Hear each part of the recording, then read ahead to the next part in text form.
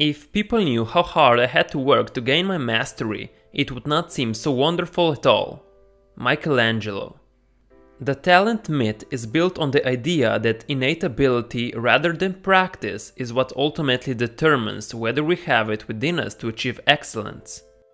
This is a corrosive idea, robbing individuals of the incentive to transform themselves through effort. Why spend time and energy seeking to improve if success is only available to people with the right genes? This is the question general public ask themselves. So, what is talent?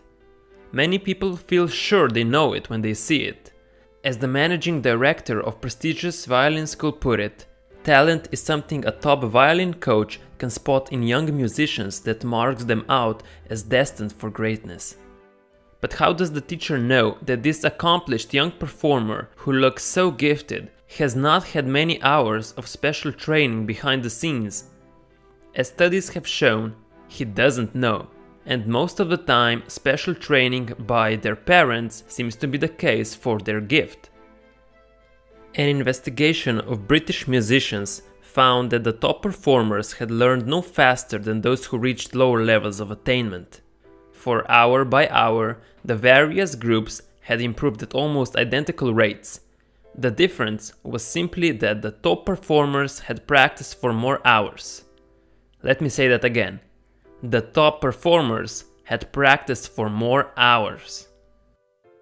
In 1991, Anders Ericsson, a psychologist at Florida State University, conducted the most extensive investigation ever undertaken into the cause of outstanding performance.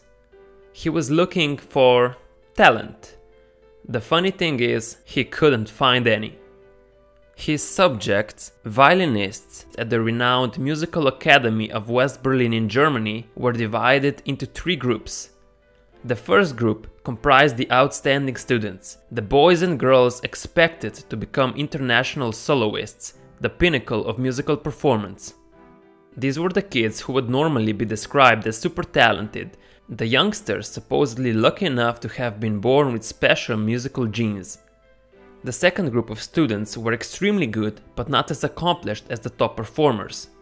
These were expected to end up playing in the world's top orchestras, but not as star soloists.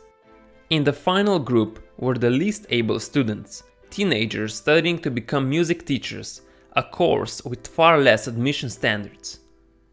The ability levels of the three groups were based on the assessment of the professors and by objective measures, such as success in open competitions.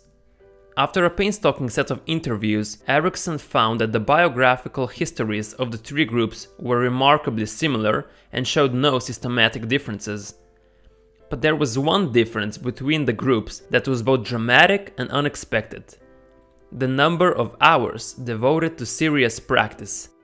By the age of 20, the best violinist had practiced an average of 10,000 hours, over 2,000 hours more than the good violinists and 6,000 hours more than the violinists trying to become musical teachers.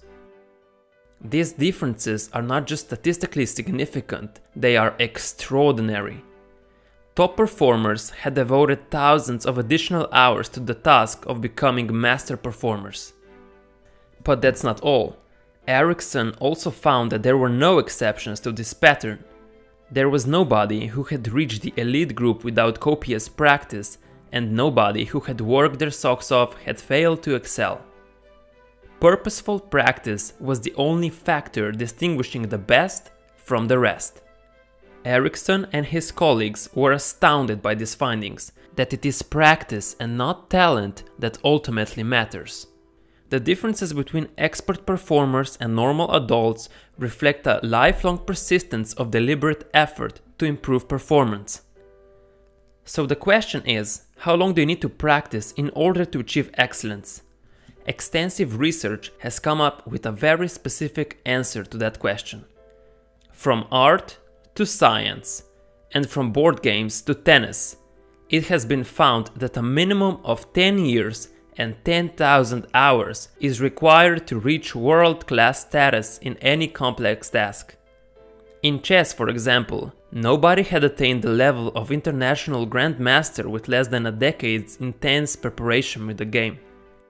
An analysis of top 9 golfers of the 20th century showed that they won their first international competition at around 25 years of age, around 10 years after they started golfing. The same finding has been discovered in fields as diverse as mathematics, swimming, and long-distance running.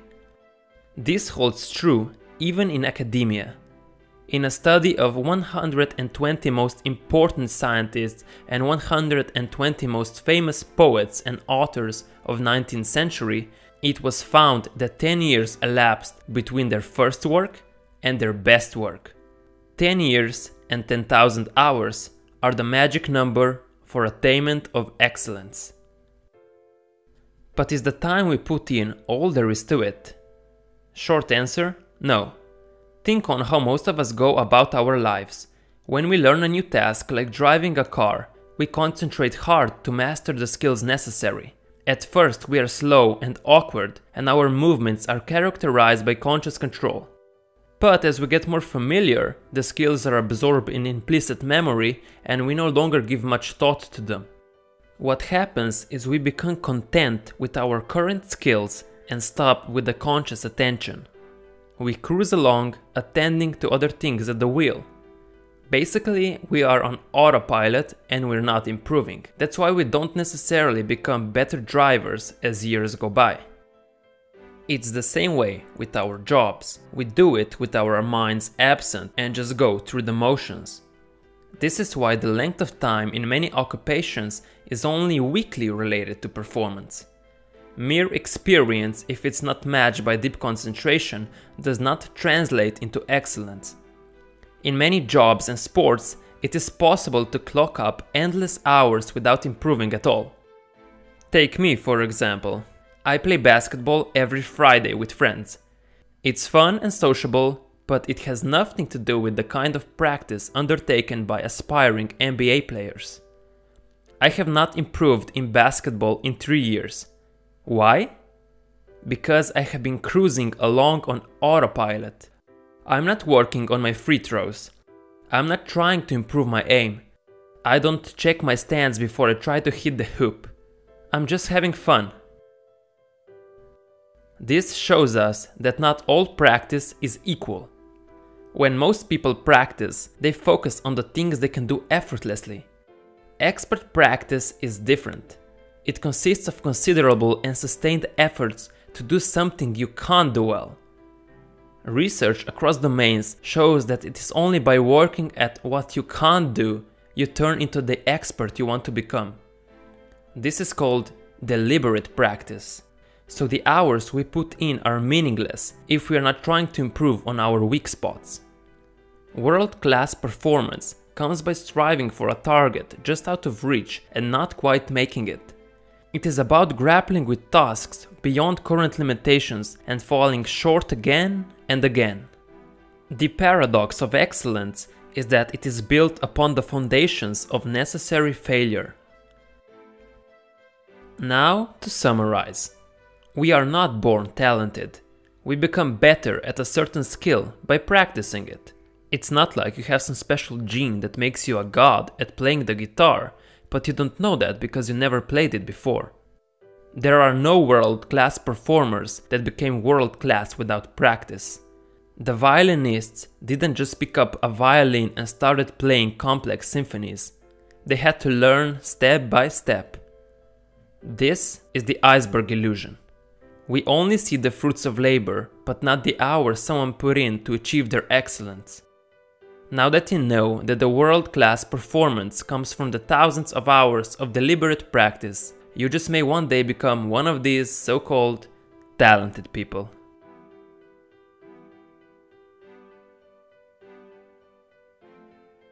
Thanks for watching. Let me know if you believe in talent or practice in the comments below. I hope you learned something new and became better than yesterday.